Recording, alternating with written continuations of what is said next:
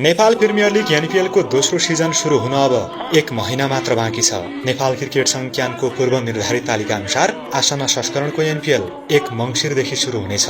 NPL को मिति नजिकिएसँगै टिमहरू विदेशी खेलाडी र प्रशिक्षक अनुबन्ध गर्न थालेका छन्। डिफेन्डिङ च्याम्पियन जनकपुर बोल्ट्सले वेस्ट इन्डिजका महान क्रिकेटर शिवनारायण चन्द्रपललाई मुख्य प्रशिक्षकमा नियुक्त गरेको छ। चन्द्रपलले रोयल च्यालेन्जर्स बेंगलुरुबाट आईपीएल समेत खेलिसकेका छन्।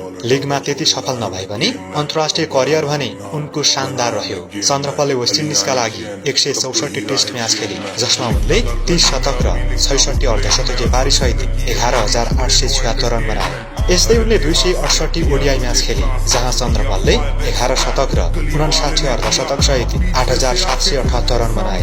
उनले 22 टी20 पनि खेले, जसमा चन्द्रपलले 343 रन बनाए। सक्रिय खेल जीवनबाट विदा भएपछि चन्द्रपलले प्रशिक्षणमा यात्रा अघि बढाए। उनले क्यारिबियन लिग सीपीएलमा जमैका तलावास र अमेरिकाको महिला राष्ट्रिय क्रिकेट टोलीको प्रशिक्षकको जिम्मेवारी सम्हालिसकेका छन्। अब 51 वर्षीय चन्द्रपलले नेपालको लिगमा पनि प्रशिक्षकको भूमिका निर्वाह गर्नेछन्। गत सिजनमा जनकपुरले बुध दर्शनायकेलाई प्रशिक्षकमा भित्र्याएको थियो। उनको प्रशिक्षणमा जनकपुरले सुदूरपश्चिम रोयल्सलाई हराउँदै पहिलो संस्करणमै उपाधि जित्यो।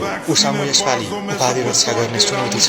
प्रशिक्षक भित्र्याइसकेको जनकपुरले विदेशी खेलाडी भने अनुबन्ध गर्न बाँकी छ। गत सिजनमा उसले स्टार विदेशी खेलाडीको रूपमा न्युजिल्यान्डका अलराउन्डर जिमी निशमलाई भित्र्याएको थियो। ऊ यसपालि पनि लयमा रहेका चर्चित विदेशी खेलाडी अनुबन्ध गरेर लगातार दोस्रो पल्ट उपाधि जित्ने योजनामा छ।